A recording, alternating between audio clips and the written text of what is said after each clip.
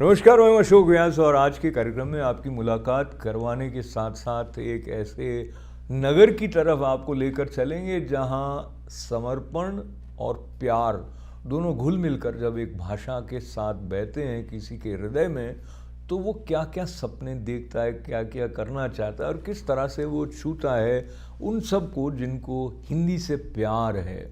और कई संस्थाओं को अपने नेतृत्व के द्वारा आगे बढ़ाने में मदद करने वाले एक ऐसे प्रकल्प की परिकल्पना करके अनूप भार्गव अब हमारे साथ जुड़ रहे हैं, जहां वो बिना किसी लाग लपेट के सीधे सीधे एक ऐसे संगठन के अंतर्राष्ट्रीय स्वरूप को साकार करने में सफलता पाते हैं जिसका नाम है हिंदी से प्यार है।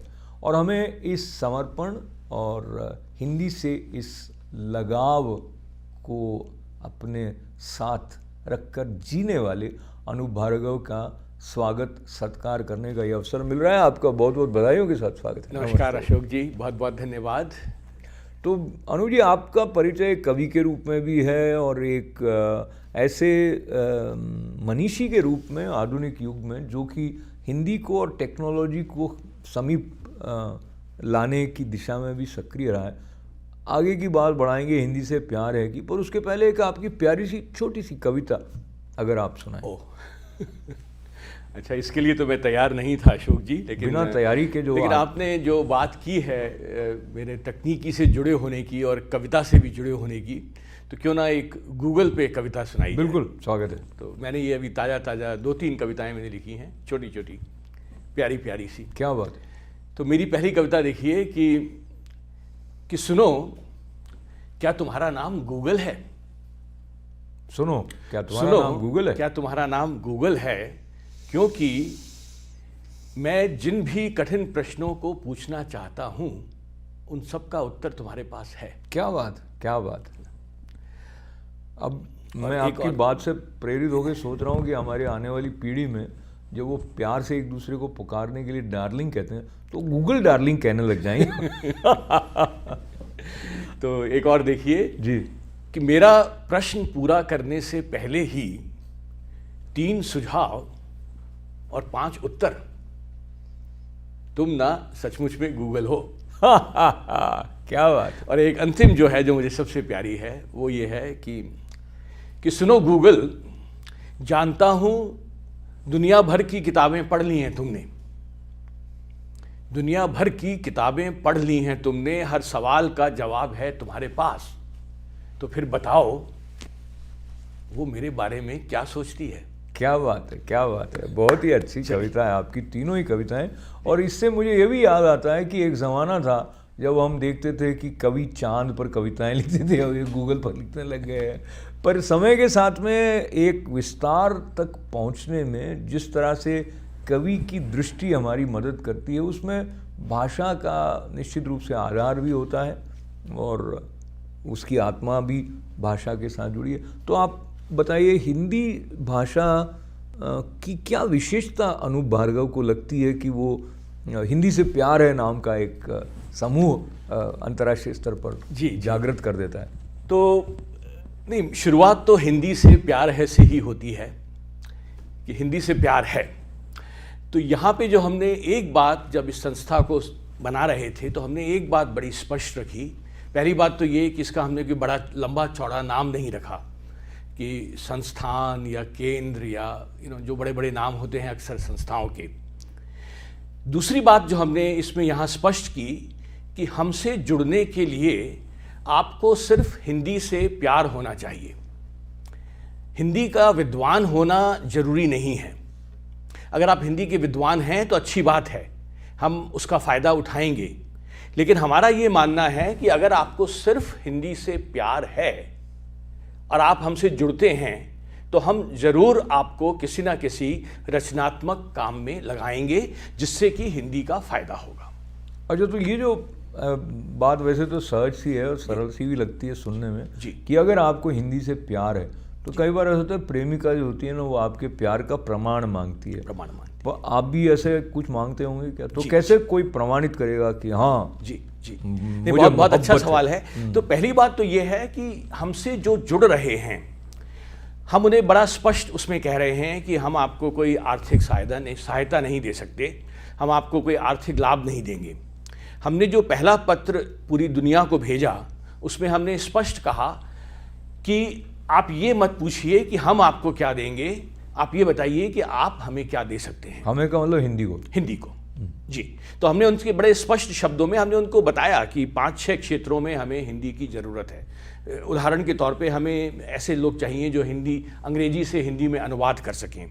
हमें ऐसे लोग चाहिए जो हिंदी कविता की समीक्षा कर सकें। हमें ऐसे लोग चाहिए जो हमने पूरी दुनिया में हिंदी जहाँ पढ़ाई जाती है उन विश्वविद्यालयों का एक डेटाबेस बनाया है। तो हमने कहा हमें इस तरह के प्रोजेक्ट्स में तकनीकी सहायता की ज़रूरत है, हमें वर्ड में टाइपिंग करने की ज़रूरत है। तो हमने बड़े स्पष्ट शब्दों में लोगों को कहा कि हमें इन क्षेत्रों में ज़रूरत है और आप हमें बताइए कि आप किन किन क्षेत्रों में आप हमारी मदद कर सकते हैं। तो जब ऐसे स्पष्ट कहने के बाद कोई अगर आता है और कहता है कि मैं हिंदी से प्यार करता हूँ, मैं आपसे जुड़ना चाहता हूँ, तो हमें कोई संदेह करने की कोई गुंजाइश नहीं रहती। अच्छा, तो आप ये बताइए कि आपने कई देशों के साथ संपर्क किया था, तो कितने देशों से आपको लगा कि हिंदी प्रेमी आए हैं? जी, तो ये सबसे बड़ी अच्छी बात है। तो मेरा ये कहना है कि जब हम विद्वान न होने की शर्त को ड्रॉप कर देते हैं कि वो विद्वान होने की शर्त को, हाँ, विद्वान होने की शर्त को, तो जो हमारी जो टारगेट ऑडियंस है वो हजारों में नहीं, लाखों में नहीं, करोड़ों में बढ़ जाती है। क्योंकि हिंदी से प्यार करने वाले बहुत बड़ी संख्या है और वो सारी दुनिया में फैले हुए हैं। तो आपने अच्छा सवाल पूछा कि हमारे पास कम से कम मैं कहूँगा कि 25 से 30 देशों के लोग जुड़े हुए हैं। पूरे यूरोप में हमारे साथ कोई ना कोई है, अफ्रीका तक जुड़े हुए हैं, एशिया में तो हैं ही, मॉरिशस में हैं, चीन में हैं, तो सभी जगह हमारे साथ। और जो आपको ये जानकर अच्छा ही लगेगा, क्योंकि हिंदी से प्यार है की बात है, तो भारत के प्रधानमंत्री नरेंद्र मोदी जी भी जहाँ जाते हैं तो उनको कोई ना कोई छोटे बच्चे हिंदी में बात करने वाले मिल जाते हैं, बड़ा अच्छा लगता है। अभी जापान में भी उनको कुछ उन्होंने वो मैंने देखा था आज ही। जी। तो हिंदी भाषा लेकर जब भारत भूमि से बाहर, जैसे यूरोपियन कंट्रीज़ हुई, जापान हुआ, चीन में भी हैं हिंदी भाषी, एक भाषा के साथ जो हमारा संबंध है उसके बारे में हमारा जो दृष्टिकोण है वो और स्पष्ट हो जाता है, और उसका जो स्वाद है, उससे जो हमारा पोषण हो रहा है, उसके बारे में जैसे आपको अमेरिका में पता लगता है, ऐसे भारत में शायद नहीं भी लगता हो। हाँ, तो यहाँ पे मैं ये बात कहना चाहूँगा कि जो प्रयास हम भारत में करते हैं लोगों को हिंदी से जोड़ने के लिए, और जो प्रयास हम यहाँ पे करते हैं, उन दोनों में अंतर तो होगा। और वो अंतर इसलिए होगा कि भारत में अगर आप रह रहे हैं तो हिंदी से जुड़ने के लिए आपको कोई सजग प्रयास नहीं करना पड़ेगा। हिंदी चारों तरफ आपके आसपास है। भारत में हिंदी की अलग समस्याएं हैं, वो हम अलग से बात कर सकते हैं। राजनीतिक समस्याएं हैं कि लोग स्वीकार नहीं करना चाहते, लेकिन वो अलग बात है। लेकिन आपको हिंदी से अगर आप जुड़ना चाहते हैं तो भारत में आपको कोई सजग प्रयास करने की ज़रूरत नहीं है। लेकिन जब हम भारत से दूर मिट्टी में यहाँ पर आते हैं तो यहाँ पर अगर हम सजग प्रयास नहीं करेंगे तो भाषा जिंदा नहीं रह पाएगी। अब इसमें दो तरह के लोग हो गए अनूप जी, मैं जब दो तरह कह रहा हूँ, कुछ हैं जो समझिए 10-15 साल, 20 साल, 25 साल के थे जब उन्होंने भारत छोड़ा, तो हिंदी उनके साथ रची बसी है और वो बिल्कुल सहज हैं। एक वो है जिनका जन्म हुआ 1-2 साल में यहाँ आ गए, उनके लिए थोड़ा मुश्किल, और उस दृष्टि से मुझे लगता है कि वो बहुत चुनौतीपूर्ण काम है कि उनका भाषा के साथ लगाव बढ़े, और इसमें सफल बहुत कम प्रतिशत मैं देख पाता हूँ। पर हम उसकी चर्चा को थोड़ा अलग रखते हुए, जहाँ आप हैं वहाँ जो लोग हिंदी भाषा से प्यार करने वाले उसका उत्सव मना रहे हैं, जी। उसको और अधिक अपने अंदर जैसे उसमें स्नान कर रहे हैं, जैसे हिंदी भाषा जो वरदान उसका जो अभी हमने कहा हिंदी से प्यार है, फिर हमने जो टैग लाइन इसके लिए चुनी है, हमने कहा अपनी भाषा में मुस्कुराइए। वाह, है ना। तो अब हमारा जो है हिंदी से प्यार है, अपनी भाषा में मुस्कुराइए। मुस्कुराएंगे कैसे, आप बताइए। मुस्कुराएंगे तो मुस्कुराने की बात जो है कि पहले आप अपनी भाषा से वास्तव में अंदर से प्यार करना सीखिए।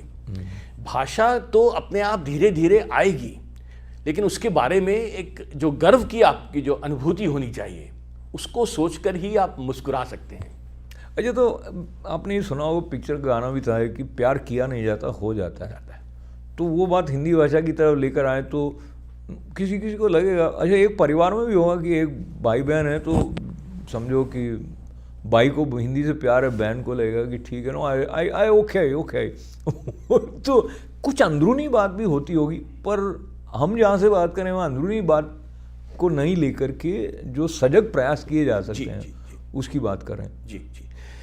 तो यहाँ पर भी मैं कहूँगा कि जहाँ तक अंदरूनी प्यार का सवाल है, वो हम मानते हैं कि अगर घर में 2 बच्चे हैं तो दोनों में उतना ही प्यार होगा हिंदी के प्रति, वो हम मान के नहीं चल रहे हैं। लेकिन एक बात जो हम कहना चाहते हैं, और वो मुझे थोड़ा, मैं उसको स्पष्ट कहूँगा कि जो हिंदी के प्रति एक जो हीन भावना सी जो उत्पन्न हो गई है, तो पहला प्रयास तो हमें उसको दूर करने का है कि आपको अपनी भाषा पे गर्व होना चाहिए, उसको बोलने में आपको शर्म नहीं आनी चाहिए, है ना। जो आपकी बात है ना, उससे मुझे भारत के गृह मंत्री अमित शाह कहीं संबोधन कर रहे थे इस प्रकार का, और मैं उसको राजनीति से अलग रखना चाहता हूँ, लेकिन वो बात भावनात्मक स्तर पर वही हुई, और उन्होंने भी ये कहा कि अंतर्राष्ट्रीय मंच पर जाकर जब वो बोलने में नहीं डरते हैं तो हमें क्यों संकोच होना चाहिए। पर इससे ये मैं भी जिस तरह से भारत में बड़े होते हुए महसूस कर रहा था, हमारे अंदर कहीं ना कहीं हीन भावना हिंदी भाषी होने के नाते थोड़ी सी रहती थी, और हमको लगता है अंग्रेज़ी बोलेंगे तो ज़्यादा प्रभावी होंगे हम लोग, ये कहीं ना कहीं रहता था। अभी भी होगा कि नहीं मुझे पता नहीं, लेकिन मैंने स्वयं इस चीज़ को अनुभव किया, और मैं थोड़ा आपके साथ मुस्कान जो है उसको बढ़ाने की दृष्टि से कह रहा हूँ। और हमको लगता था कि कॉलेज में कि भाई लड़कियाँ जो है वो अंग्रेज़ी भाषा से इम्प्रेस होंगी, ऐसा लगता था। ये क्या हमारा मनोविज्ञान ऐसा कैसे बन गया भारत में रहते हुए, और ये जो ऊंच नीच की बात है वो नहीं हो, इसके लिए भी मुझे लगता है आपका संगठन बड़ा अच्छा काम कर रहा है। बिल्कुल। तो पहली बात तो जो आपने सवाल पूछा कि ये क्यों हुआ, इसका तो मेरे ख्याल में कारण स्पष्ट है कि हम लोग इतने साल ब्रिटिश राज में रहे हम लोग, और जो अक्सर जो बड़े अफसर हुआ करते थे वो अंग्रेजी में ही बोलते थे। तो ये तो स्वाभाविक है कि अगर आप अंग्रेजी में बोलेंगे तो आपको ज़्यादा सुना जाएगा, है ना। लेकिन अभी जो अमित शाह जी ने जो बात कही वो मुझे बड़ी अच्छी लगी। तो उन्होंने ये कहा कि महत्व इस बात का नहीं होना चाहिए कि आप किस भाषा में बोल रहे हैं, महत्व इस बात का होना चाहिए कि आप क्या बोल रहे हैं और उसमें कितना सार है ना। तो हम उस पर बात करना चाहते हैं कि अगर आपको अंग्रेजी, हम पहली बात तो ये कि हम किसी भाषा के विरोध में नहीं जाना चाहते, अंग्रेजी का आवश्यकता भी नहीं है, आवश्यकता भी नहीं है, बिल्कुल आवश्यकता नहीं है। और अमित शाह जी ने जो बात कही थी, मुझे बहुत, उसमें कोई भी ऐसी विरोध करने की बात ही नहीं थी कि हम ये नहीं कह रहे कि आप अंग्रेजी को बिल्कुल छोड़िए, जहाँ पर अंग्रेजी की ज़रूरत है आप वहाँ पे अंग्रेजी बोलिए, और अंग्रेजी को बोलना ज़रूरी है, लेकिन साथ में अपनी भाषा से प्यार और अपनी भाषा पे गर्व करिए। इसमें ये बड़ा एक सरल सा होते हुए पेचीदा सा मामला हो जाता है जब हम भाषाओं को लेकर एक प्रतिस्पर्धा जैसी स्थिति उत्पन्न कर दें जिसकी कोई आवश्यकता नहीं है, वो स्वस्थ नहीं है मुझे लगता है। और हर भाषा का अपना सौंदर्य है, अपना लालित्य है, अपना रस है, उसका जिसमें जिस तरह से रचा बसा है, पर उसके साथ साथ हिंदी भाषा का जो महत्व है उसकी बात हम हिंदी से प्यार में करते हुए जब भाषा की बात करते हैं तो फिर साहित्य भी आ ही जाता है, और एक तो बोलचाल में भी भाषा का प्रयोग हो अच्छी बात है, पर साथ में साहित्य उसको आगे ले जाने के लिए या उसके साथ आगे बढ़ने के लिए एक आधार देता है। तो आप उस दिशा में भी बहुत अच्छा काम करें, बताइए कुछ साहित्यकार तिथिवार वो क्या है? जी जी जी, आपने अच्छा सवाल किया। तो पहली बात तो ये जो आपने कही कि साहित्य जो है वो तो उसकी तो ज़रूरत है ही, और जब तक आप भाषा से नहीं जुड़ेंगे भाषा का विकास नहीं होगा, साहित्य का भी विकास नहीं होगा। तो आपने जो पहली जो परियोजना जो बताई आपने, हमने वो शुरू की है, उसका नाम है साहित्यकार तिथिवार। तो बहुत सरल सी परियोजना है कि हम हर रोज़ एक साहित्यकार को लेते हैं और उस साहित्यकार के बारे में उनकी पूरी जीवनी, उन्होंने क्या क्या रचा, उनकी रचनाओं में क्या खासियत है, वो सब हम एक बहुत ही सरल सहज तरीके से हर रोज़ सुबह सुबह आपको आपके नाश्ते की तरह हम लोग देते हैं। और जब आपने यहाँ बात की तो मेरा ज़रूरी हो जाता है कि मैं अपने साथियों जो कि हिंदी से प्यार है से जुड़े हुए हैं उनका नाम मैं ज़रूर लेना चाहूँगा।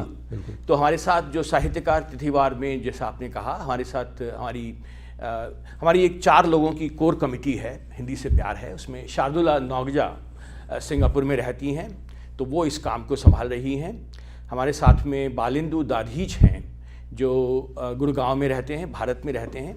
और जो चौथे सदस्य हमारे साथ में हैं वो हैं हरप्रीत सिंह, वो चीन में रहते हैं। क्या बात। तो ये हम लोग 4 लोग हैं। और साहित्यकार तिथिवार बड़ा हम लोग काफ़ी प्रयास करते हैं, क्योंकि अगर आपको हर रोज़ एक आलेख निकालना है तो आप कल्पना कर सकते हैं कि उसके लिए कितनी मेहनत करनी होगी।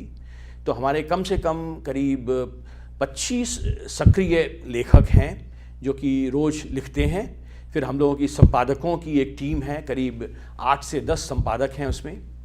और सब लोग मेहनत करके सुबह 6 बजे भारत के समय के अनुसार एक साहित्यकार पे अच्छा रोचक आलेख हम लोग रोज़ निकालते हैं।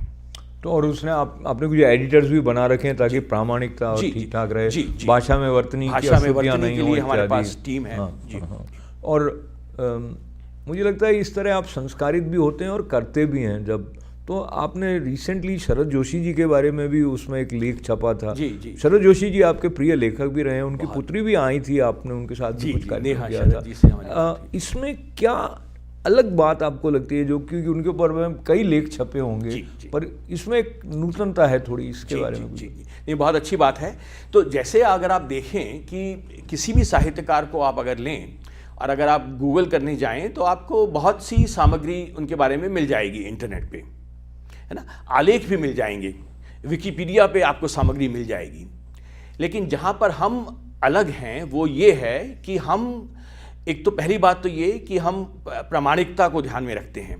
जहाँ पर भी संभव होता है हम उस साहित्यकार के किसी निकट संबंधी से संबंध स्थापित करते हैं और कुछ ऐसी सामग्री लाने की कोशिश करते हैं जो कि इंटरनेट पे उपलब्ध नहीं है। दूसरी बात है हमारी रोचकता, आलेख की रोचकता। विकिपीडिया पे बहुत सामग्री है, लेकिन ऐसी सामग्री नहीं है जिसको कि पढ़ने का मन करे। विकिपीडिया पे मैं तभी जाता हूं जब मुझे किसी जानकारी की ज़रूरत होती है। लेकिन हम आलेख जो बनाते हैं वो इस तरह से बनाते हैं कि उसको पढ़ने की इच्छा हो। और हर रोज़ हमारे करीब सैकड़ों हजारों लोग, मैं कहूँगा, उसको पढ़ते हैं और उस पर अपनी टिप्पणियाँ देते हैं। तो मैं शरद जोशी जी के बारे में थोड़ा और आपके इसी का धन्यवाद करते हुए, कम लोगों को ध्यान होगा कि उनका जन्म 21 मई को हुआ था और आपने लेख भी 21 मई के आसपास प्रकाशित किया। और बहुत कम लोगों को पता होगा कि वो एक रूढ़िवादी कहना चाहिए या एक पारंपरिक रूप से ब्राह्मण परिवार में जन्म उनका हुआ, पर शरद जोशी जी का विवाह जो हुआ वो अन्य धर्म से संबंधित इरफाना जी के साथ में हुआ।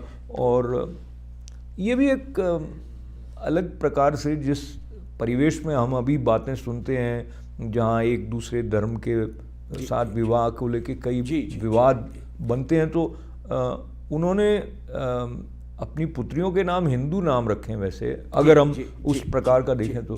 पर उनका जो एक व्यंग्य के बारे में उनकी अपनी परिभाषा है, जो कि मैं आप ही के इससे पढ़ के अपने दर्शकों तक पहुंचाना चाहता हूं। वो कहते हैं व्यंग्य वो सेंस ऑफ ह्यूमर है जो अन्याय, अत्याचार और निराशा के विरुद्ध होने से व्यंग्य में अभिव्यक्त होता है। पर इसके अलावा और एक बात उन्होंने कही, व्यंग्य वो है जहां कहने वाला अधरोष्ठों में हंस रहा हो, मतलब यहाँ पे हंस रहा हो, और सुनने वाला तिलमिला उठा हो, और फिर भी कहने वाले को जवाब देना अपने को और भी उपहासास्पद बनाना हो जाता है।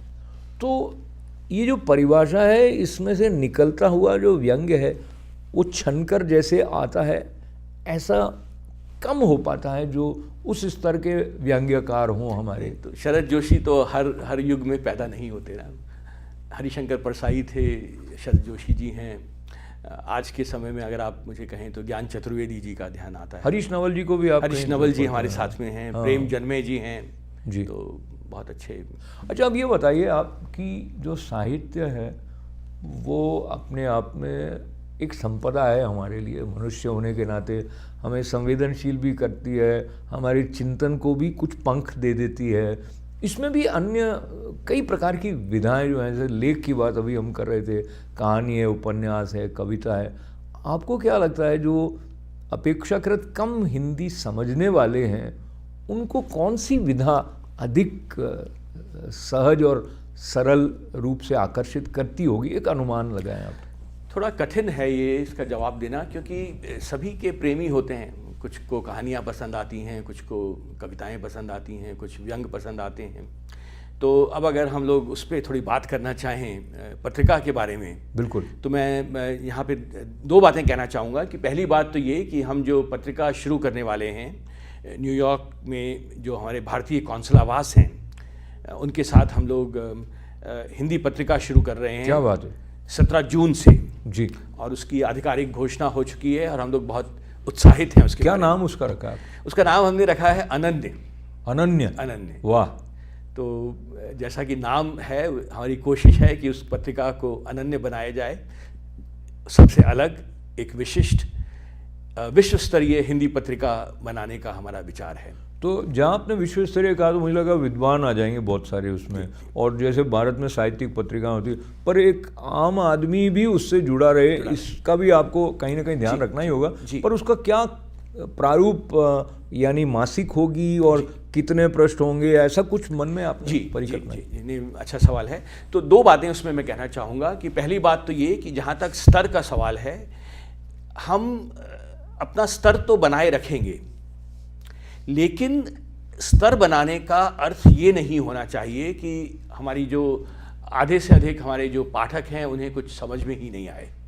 तो एक सामंजस्य बनाना होगा। देखिए, जैसे भारत में साहित्यिक अकेडमी है जी, तो उनकी जो पत्रिका छपती थी जी, आप उसको देखेंगे, बड़े प्रकाशन भी प्रभावी होता था और जी, काफ़ी अच्छे लेखकों के लेख होते थे, पर वो आम जो पाठक है वो शायद उससे कम जुड़ पाता होगा, ऐसा मैं उस दृष्टि से कह रहा हूँ। नहीं, सही कह रहे हैं। तो हमें थोड़ा सा संतुलन बना के रखना होगा, क्योंकि हमारी जो पाठक हैं वो यूँ तो हम कह रहे हैं कि पूरे विश्व में वो जाएगी, लेकिन जो हमारे अमेरिका में जो हमारे जो पाठक हैं उनका हमें विशेष ध्यान रखना होगा। तो हम ये भी कोशिश करेंगे कि उसमें कुछ प्रतिशत रचनाएं जो हैं वो अमेरिका से हों। तो अनूप जी, हमारे दर्शकों में से भी कुछ लेखक होंगे और नहीं होंगे, तो हो सकते हैं वो भी उस पत्रिका के साथ जुड़ें, विशेष करके हम अमेरिका में बैठकर बात करें और आप न्यूयॉर्क के इंडियन कॉन्सुलेट, आपने कौशलावास कहा तो मैं उसको अंग्रेजी थोड़ा लेके आ गया हूँ। तो वो क्या कैसे जुड़ सकते हैं आपसे?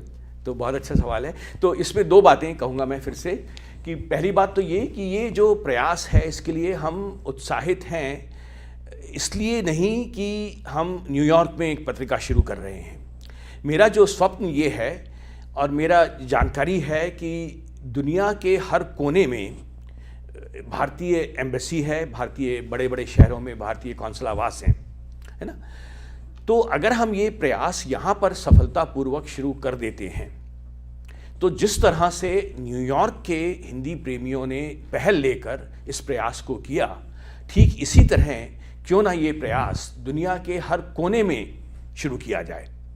और मेरी ये जानकारी है कि दुनिया के हर कोने में, आप अफ्रीका के एक छोटे से देश में भी जाएं तो वहाँ पे आपको 5 या 7 हिंदी जानने वाले और हिंदी से प्रेम करने वाले लोग मिल जाएंगे।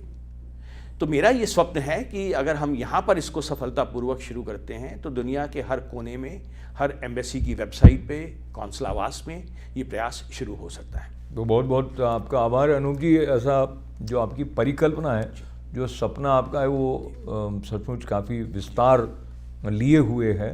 और मैं हमारी बातचीत के समापन में छोटे छोटे 2 लतीफ़े, हिंदी में लतीफ़े को हम क्या कहते हैं? चुटकुले। हाँ, 2 चुटकुले। तो एक छोटा बच्चा बोलना सीख रहा था, तब मित्र उनके आए, उन्होंने देखा ये बोल रहा है मैसेज, तो फिर उन्होंने कुछ साल के बाद मिले तो उन्होंने पूछा कि ये वो आपका बच्चा कैसा है? उन्होंने ठीक, तो अब तो बोलना सीख गया होगा। तो उन्होंने कहा हाँ, अब तो हम उसको चुप रहना सिखा रहे हैं।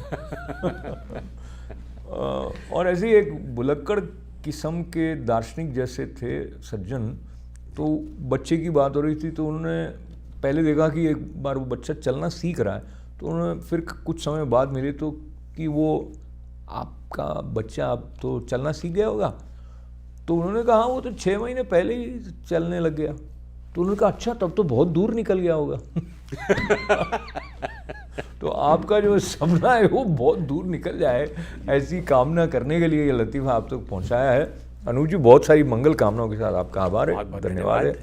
तो अनूप जी हमारे साथ आए और उन्होंने कहा कि हिंदी में मुस्कुराएं, तो हम हिंदी से प्यार के साथ मुस्कुराते हुए अनूप जी का आभार के साथ विदा कर रहे हैं। मंगल कामनाएं इनके साथ भी। हमारे साथ जुड़ने के लिए आपका आभार, नमस्कार। और ये कहते रहे हैं कि चमत्कार को नमस्कार वो नहीं हो, और हम अपने आप को वहाँ से नमस्कार करें जहाँ से हमारे संस्कार की सरिता का उद्गम है। तो भारत माता की जय जयकार करते हुए बहुत सारा प्यार, नमस्कार।